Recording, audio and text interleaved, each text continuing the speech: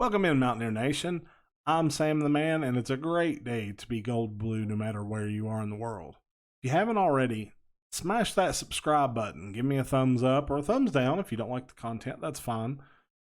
It's because of all of you great folks that have subscribed and helped contribute to pushing this content out that it keeps getting out there deeper into YouTube and further up the algorithms, and I greatly appreciate you guys for that. So please just keep supporting, and I'll keep putting the videos out. Our West Virginia Mountaineers take on number 22 Iowa State this week, and it's going to be a really tough game. However, I think West Virginia will beat Iowa State. I'll tell you why right here on the Mountaineer Effect.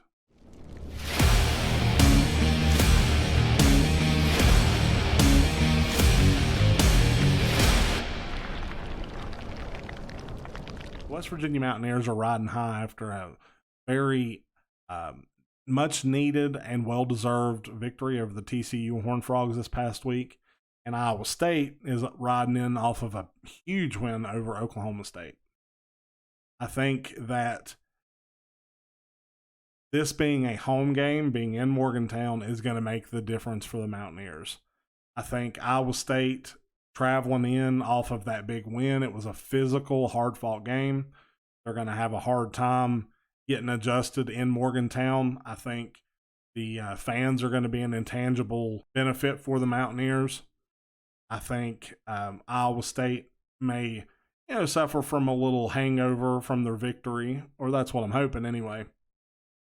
And it's going to make it harder for them to come into Morgantown and win.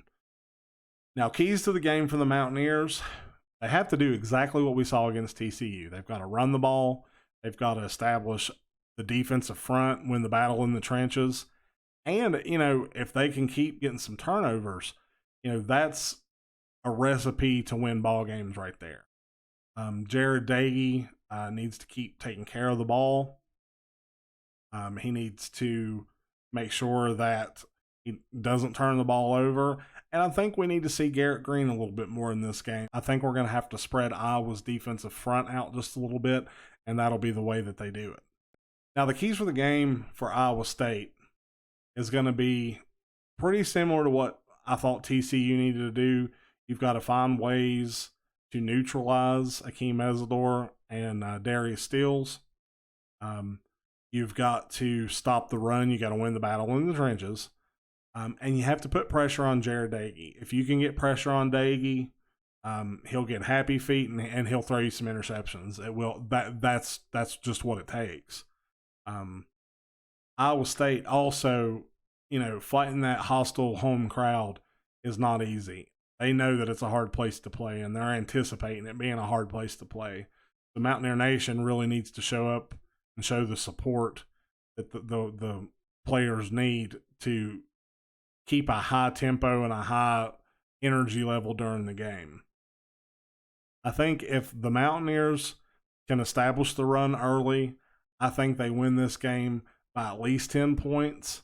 I think this game will be very exciting. It's likely to be a shootout style game where teams drive down the field and it comes down to, who can actually score touchdowns instead of kicking field goals.